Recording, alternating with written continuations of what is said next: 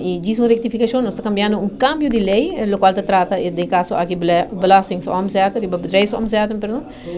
que tem uma ajustação de 1%, riba o qual trata, o qual nós está chama BBO, pero também tem assim não impacto outro lei mirando e hecho não somente bota hisa,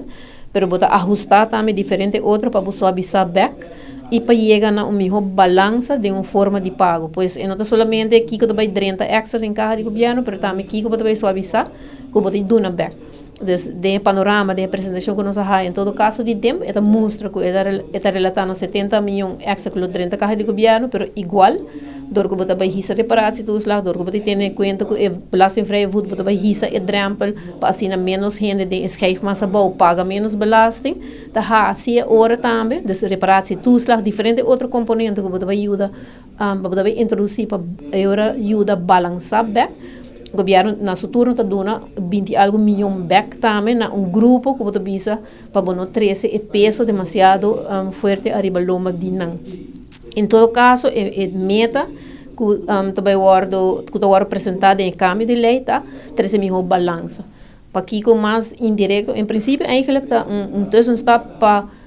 introdução de BTW. E também então está para hala e BBO na grens, para assim também pouco a pouco se vou trabalhar parte de cumprimento, vou balance out back, que ambisa vou suavizar back, forma de assim vamos dizer imponer o belasting aqui, no sentido que vou criar mais balança.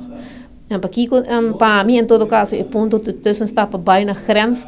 não somente ela bem fez grêmio na Hopi, ano passado, em 2018, eu forma parte de curso do nadoridade van het vis,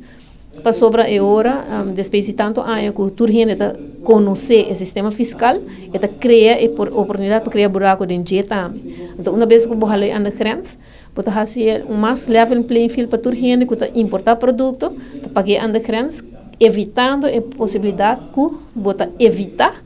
que gente não te paga e BBO e está sendo mais fair para que se te paga você está onde criticando bastante com nós aí. Mas em princípio é para concentrar mais balance dentro do sistema fiscal e essa é para mim a parte mais importante do cambio de lei.